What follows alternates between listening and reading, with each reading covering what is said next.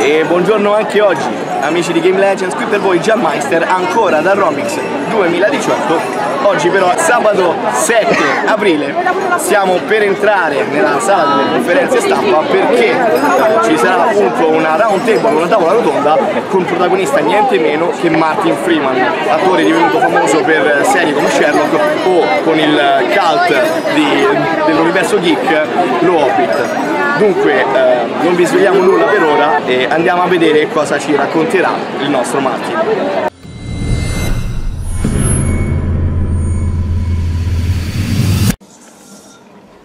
Bene, allora come sapete noi siamo qui oggi in particolare per l'uscita di un film, Ghost Stories, che arriva in sala il 19 aprile, distribuito da Entertainment. Abbiamo avuto questo incontro oggi.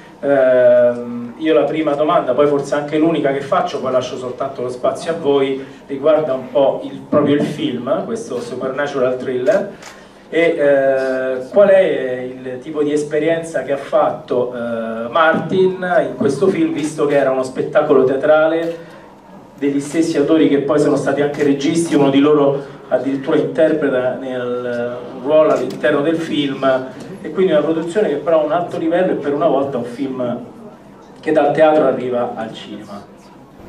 Well, my experience, is this on? Yes. My experience is, I don't need that, I'm a theatre actor. My experience of doing the film was absolutely delightful. It was, because the film is a different animal from the play. I was in the hands of the same two writers and directors who had made the play, Andy Nyman and Jeremy Dyson, and it was genuinely one of the happiest jobs I've done in 20 years. I absolutely loved it, and I knew I would, mainly because of Andy and Jeremy, and their personality is so ebullient and positive. But they're funny, and they know the material, and they love horror stories. They love horror films, and we all grew up watching a similar kind of British horror film when we were kids watching the telly. So yeah, it was extremely happy, and there were moments that were genuinely scary as well, because the effects are not post-production. The effects are in camera. The effects are live on set. And so there were a couple of times where my character Mike Priddle is freaked out and scared, and I, as Martin Freeman, was quite freaked out and scared as well. It was great. It was great fun. I absolutely adored it. Ok, allora io questa intanto era la prima domanda che volevo fare. Vi lascio un attimo la parola. Io volevo chiedere al signor Freeman com'è stata la sua esperienza nell'universo cinematografico Marvel, dato che non ne abbiamo parlato questa mattina, e se è successo, che effetto le ha fatto di trovare Benedict con un altro vestito addosso sul set. Well, I wasn't in front of Benedict. I mean, in Marvel, I don't cross over with Ben at all. Yeah, so I mean, I love my experience in Marvel. I've had a fantastic time. Hopefully carry on having a fantastic time. I love playing that character.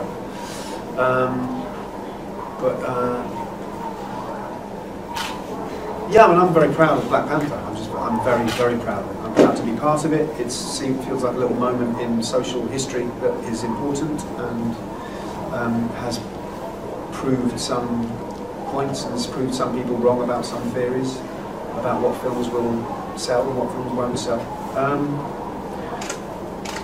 But yeah, I think we'll have to wait for me and Ben to be in costume at the same time. I think that's quite a way down the line, I think. Yeah. Awesome. First of all, welcome to our small but brave version of Comic-Con. This is it. So it doesn't feel that small, actually. I look out the window, it feels like a pretty big version. It's not that small.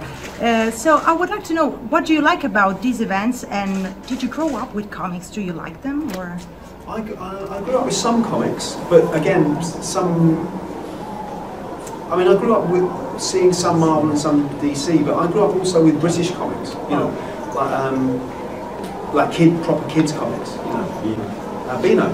Beano Dandy, Whizzer and Chips, you know, they were like from I guess, from decades and decades ago until, I don't know, maybe the 90s or the early noughties, there were still these kids comics. So I grew up with those, but as far as fantasy superhero comics, I knew some of them, but I was also into, I mean, I like 2000 AD, I like Judge Dredd, all that sort of thing, and that kind of led on to liking graphic novels, and I do still like graphic novels, but comics, in the Marvel DC end, I wasn't well versed in those really. Like I knew them in a casual way, but no, I wasn't fanatical about those. But these events are fun. They're just fun to watch people. I really like it. I've just been looking out the window now, just watching all the array of colours and crazy costumes, and just the commitment to people's enthusiasm, you know. And it's completely harmless, and it's just fun. I think it's really nice to watch. I love people. You know, every actor likes to watch people. That's how you get to be an actor. Really, you just observe people. And so observing these people is very interesting. It's colourful and it's fun, and people are really detailed as well. You know, it's lovely. Thank you. Thank you. A maggio uscirà Fargo, uno zombie movie. La tematica zombie, dopo dall'alba dei morti viventi all'alba dei morti dementi, Shaun of the Dead, che lui ha girato, fino a The Walking Dead, come può essere ancora una volta rinnovata per il pubblico del 2018? I don't know. I know that I like the film, I like Fargo, and I guess because I didn't read it, and I had this conversation with Yolanda and Ben, who were the directors of Fargo. My first conversation on the phone with them, I was in London, they were in Australia, and I was like, well, look, you know, does the world need another zombie film, you know? And and apparently the answer is yes, it does, because there is no shortage of, like, people are not bored of zombies yet. So I get your question, it's a valid question, like what else does it bring, but look at, I mean, people fucking love zombies, man. So, but for me, genuinely, if it had just been another straight up zombie film, it would have appealed to me less than the fact that it's about family, it's about loss, it's about, you know, yes, it's about fathers and daughters and trying to struggle your way through life and trying to keep your baby alive. It's about a man trying to keep his baby alive. So that for me was the bigger draw in the script. You know, Yolanda and Ben. I mean, Yolanda wrote it and co-directed it with Ben. They love zombie films. I mean, I like zombie films, but that's not what brought me in. I didn't think I must make a zombie film this year. I didn't think, because I never think I must make a comedy or a horror or a fantasy. I never think that. And you did too? Yeah, yeah, exactly. Yeah, so that was by accident. It's just films, and I'm one of those films I made because they were my friends, and Shaun of the Dead is a hilarious film.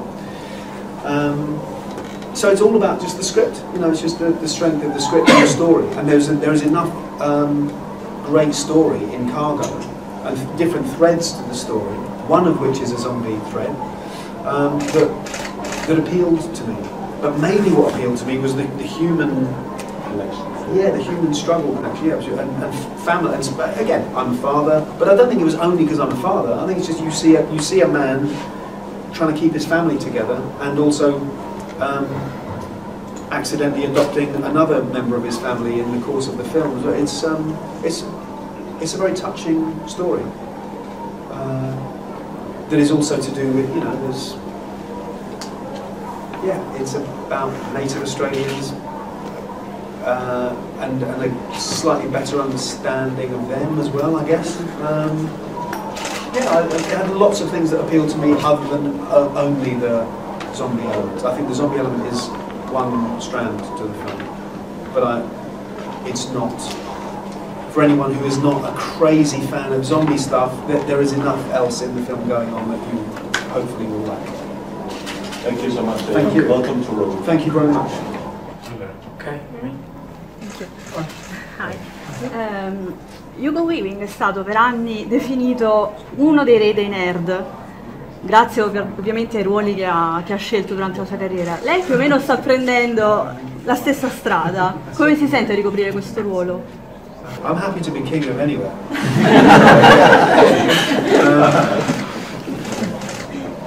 I mean, again, it's one of those interesting series of coincidences, I suppose, that some of the films and television I've done have, for want of a better word, a cultish following, I guess.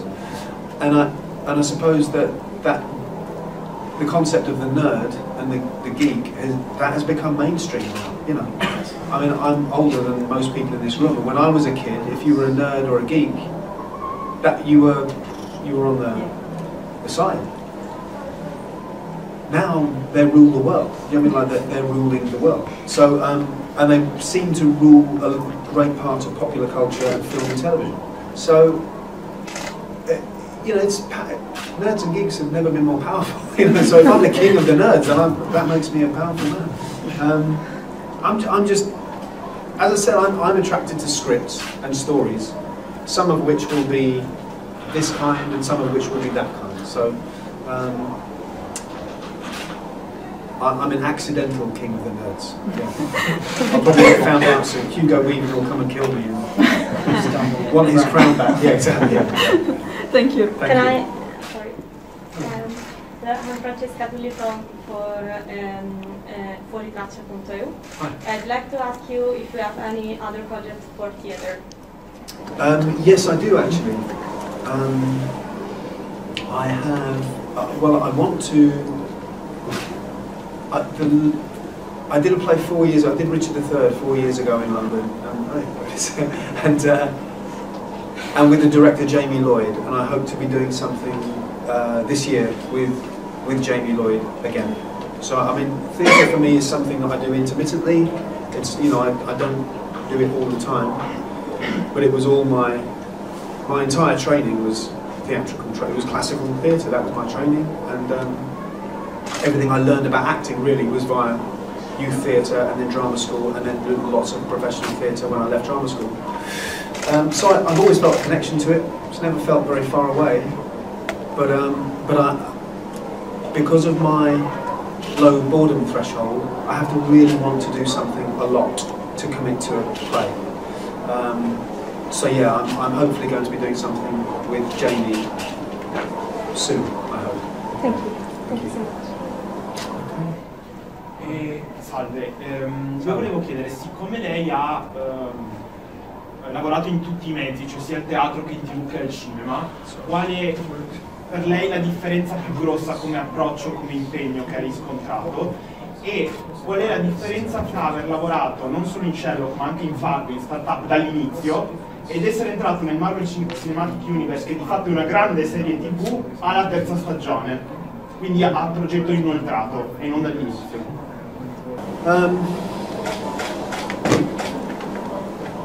Yeah, it does feel different to, like for instance, when I made The Hobbit, I went to New Zealand to make The Hobbit, and that already feels like a train that is already moving, and you get on the train, because Peter Jackson knows what he's doing. He doesn't need a great deal of input from me, you know, about how to bring Middle-earth to life, you know. So there are, some of those bigger films are very established films, like you said with Marvel. That is, you are to a certain extent a passenger on a fantastic vehicle, you know, on a very well-oiled machine, and you know you're going to be very well looked after in every respect. Things like Fargo or Sherlock, where you're starting from the ground up, is a different kind of excitement, because no one knows. No one has any clue whether this is going to work, whether it's going to fall on its face, how people will respond to it. And so when when you're lucky enough to do things that are successful, it's amazing. Especially when you don't. Everything you take on, you know, Black Panther could have been a failure, Captain America, The Hobbit could have been a failure, but you already know at least that there is an audience for those things. You do know that, you know, in the case of Marvel or Peter Jackson, these people are not messing on it. They know what they're doing, and they know there is a big audience for them. When things like Fargo, which, yes, there had been an audience for the film, but that's 20 years before, and it was so revered, they could have hated our series, because, you know, because the film of Fargo is so good and so loved. The series could have been awful, or it could have just been completely dismissed. So when those things pay off, And when those things are rewarded by people loving them, oh, that's the best feeling in the world. But yeah, I kind of, it's interesting seeing both of those from my perspective. Because on the one hand, even though of course I didn't write any of these shows, but you do feel like you're part of the creation of them. Whereas things that feel more established, you're just hoping that people like your part in it. You know what I mean? Because again, Black Panther was going to be Black Panther with or without me. It's not like I made no difference to Black Panther at all. So that was its own thing, and that's what I mean. I'm very honoured to be part of that, but but I wasn't there from the ground up.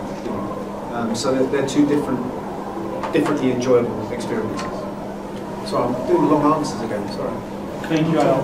L'ultima domanda.